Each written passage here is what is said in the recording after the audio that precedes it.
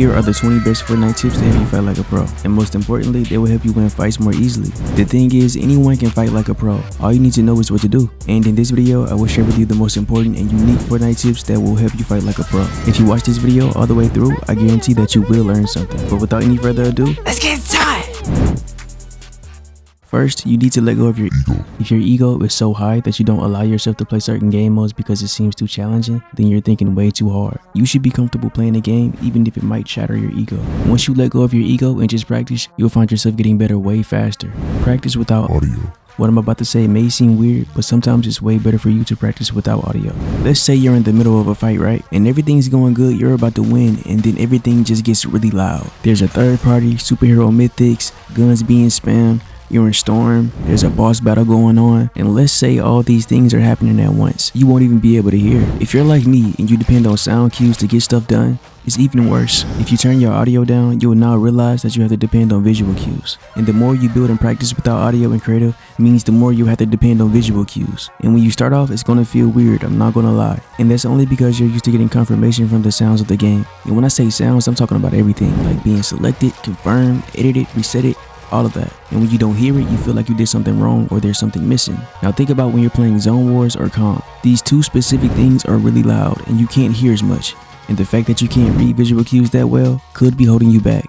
Learning to play with confidence instead of ego. When you rush somebody, do you doubt yourself in the action of doing something? Or do you think about everything that could go wrong in that situation? You need to stop it and act off of what you know is right. Because if you overthink or hesitate, that will give your opponent time to react. Now let's talk about gaining confidence. First of all, you need to gain an understanding of what you can and cannot do mechanically. You also need to gain an understanding in every situation. And the only way you can gain that is if you play against a bunch of people and you learn from trial and error.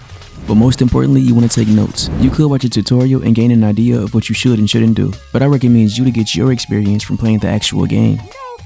No offense, but if you're watching a tutorial, they're teaching from their mistakes, not yours. And that's why a lot of times when you watch a tutorial, you won't retain the information. And the more experience and confidence that you have will make you a way better player. Next, you want to develop a game sense. Let's say that you know how to free build, retake, you got good mechanics, and somehow you still find yourself dying. Most likely, you're missing something, and it's probably game sense. Do you know how to rotate? Do you know how to take smart fights? Do you know when and when not to start a fight? Do you know the best loot paths or POIs for the season? Do you know whether or not you should have high ground in a specific situation? Do you know how to not get third party? Do you know that there's things that you do that causes you to get third party? And if so, do you know how to avoid it? And this may not seem important to y'all. Y'all might be like, just be faster or just be better. It's all about mechanics. But I promise you it's not. Game sense matters. Learn basic, effective moves. And to be honest, I was going to talk about fundamentals, but everybody already knows all of this stuff. Instead, I want you to focus on effective over flashy. Moves like tunneling to get into zone safely, thwifo cones to cover your whole entire body, especially if you can't see them, side jumps for taking height unexpectedly, and most importantly, map preserving retakes. That way you can take height and still have a lot more match to fight with. This is something that you can do in pubs and also early game fights. Learning simple tricks like this will make you a better player, especially in Zone Wars.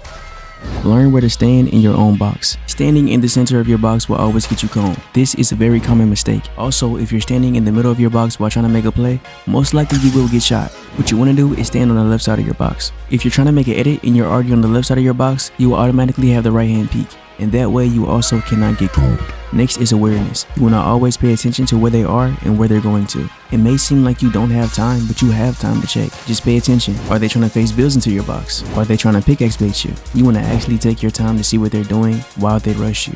This also includes height awareness. Most people build up blindly because they feel like as long as they're doing their retake, they won't get touched. This is not true. You need to look at their height and see what angles they have on you and then act accordingly. You should do this like every 5 to 10 seconds because if not, they'll just tag you the whole entire time. Like they'll chip away at your damage until you have none and then they'll just kill you. But if you're constantly facing them, they won't have any openings. But as you can see in the background, I am doing the exact same thing. I'm going for height while looking up towards height. As you can see, I'm covering every angle that I create while also looking towards him. Now he has no openings at all whatsoever. If y'all want me to, I can make a tutorial on this.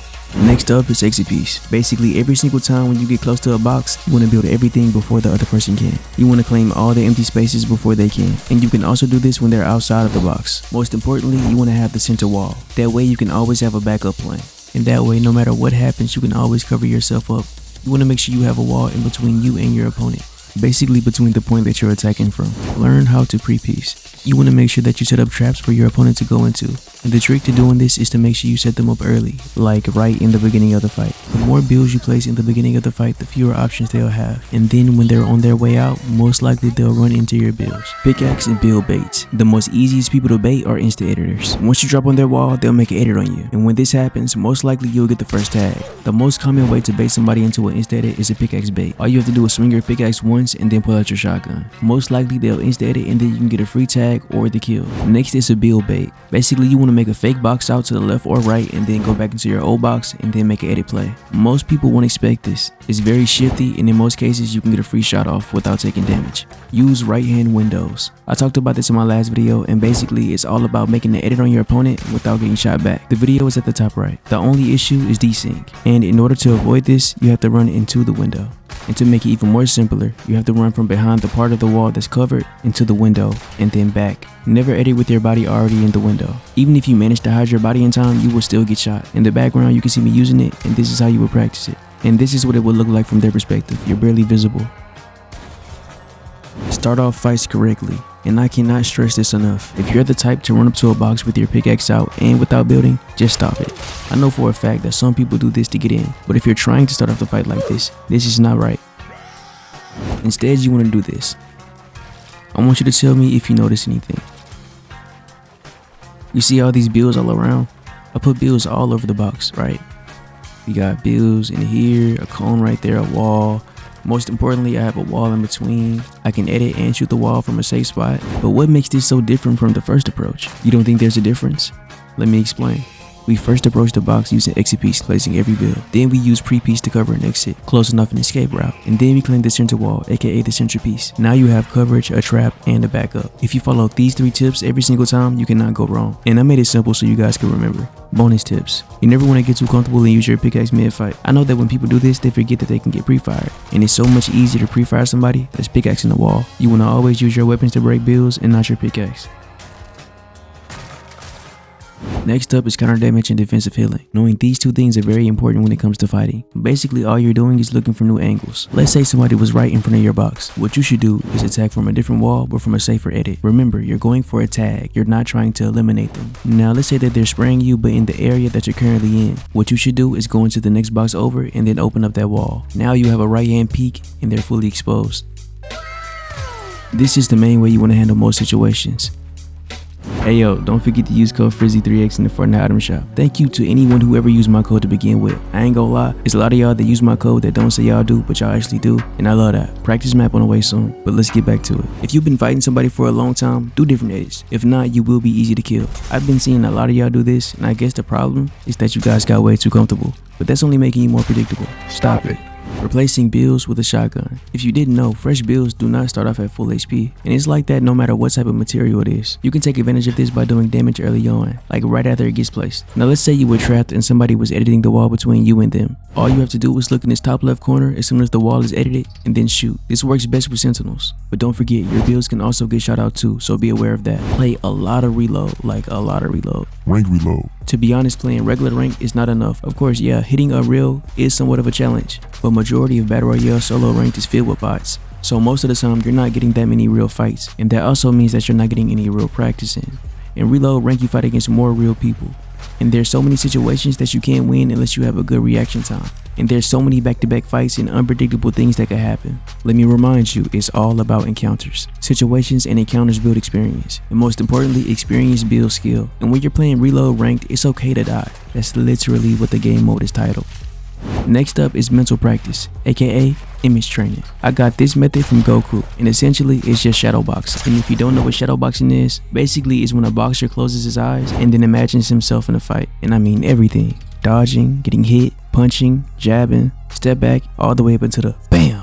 KO. But in your case, in Fortnite terms, you want to imagine yourself in an actual fight. Not a build fight, but a random box fight in the middle of nowhere. Probably in game, early game, mid game, it doesn't matter. What do you have? Do you have a lot of mats? Or do you not? Did you take damage? The more you imagine these fights and scenarios on your own, the more second nature it becomes over time. Keep your gun at headshot level. I know everyone knows this, but a lot of people forget that, and they don't know how it could change. Of course, we have the regular stationary headshot level, you know, on the ground. And then when somebody's on the cone, Notice how it changes the closer you get. When you're on a ramp and they're on the ground, when they get closer, notice how this angle doesn't change as much. It's all still at headshot level, but you just need to make minor adjustments. And the best way to get used to those changes is to go into Raiders practice map and then go to aim training. The way I recommend you do this is staying completely still and then let the bot move around. Because you can move around, but in most cases when you're aiming with a shotgun, you're going to stand still. And that is the most realistic way, I believe. And of course you can strafe side to side to help yourself out a little bit. But if you're trying to get better with your reaction time, then stand still. There are no secrets to aiming. Just stay at headshot level and try your best to line up the shot. And I don't want to hear no, oh, I play controller so it's hard, or it's impossible to learn how to aim because controller players don't have good aim, or keyboard and mouse aim is just better, I'm going to switch to keyboard. Anything is possible. If you give up, that's just on you. Next up, you want to hire a Fortnite coach. If you've tried everything and nothing else is working for you at all whatsoever, it's about time for you to get a coach. And you need somebody that knows more than you, that can teach you in-game in real time. There's been plenty of times when y'all will ask me, can you coach me? Can you coach? I don't have time. I really don't. To be honest, I would love to, but I cannot. I do not have time. Sometimes I might, sometimes I might not. But it's okay, because I got something for that. It's time for me to introduce Dash Coaching. If you finally want to improve and stop wasting your time aimlessly, then this is the go-to. He can help you with edits, aim, and he'll also make you a fully planned out routine based on your playstyle. And that way it's way more personalized. Me and Coach Dash are doing a partnership right now, and we pretty much have the same mindset. So if there's anything that you want to know from me, most likely he can teach it to you. And right now he has about 3 free open slots available. If you click on the link in the description, it will take you right to his Discord server. I recommend you to hurry up before it's too late. Join, book a session, and claim a ticket. Last but not least, subscribe to me. I know I may take a long time to post videos every now and then, but I promise y'all, if y'all give me the time to make these videos, you taking your time out to watch it, it will be worth it. I will never fail. Every time I post, it's going to be better than the previous. I'm always teaching something valuable, or I'm going in depth. You guys always learn something, and y'all tell me that all the time. I'm aware, and I thank all of y'all for watching. To be honest, it doesn't feel real. We just hit 5K. I've been ignoring it, to be honest with you, and I just been thugging it out. But I am grateful. Don't think I'm not. I just don't know how to feel. But anyways, that's it for this video. Thank y'all for watching. I appreciate every single one of y'all for coming through. The ones that subscribed and the ones that didn't. I still appreciate y'all too. And for the ones that be thumbs down in my video, you can eat a fat sausage. But at the same time, do what you want. Still though, for everyone. I don't know what time it is for y'all. I don't know what y'all going through. I don't know what's in y'all head at all. But I do hope y'all have a good day. Not all bad things last forever. And for any of y'all future holidays or birthdays, I hope y'all have a good one. Or had. Once again, thank y'all for watching. Peace out and boy.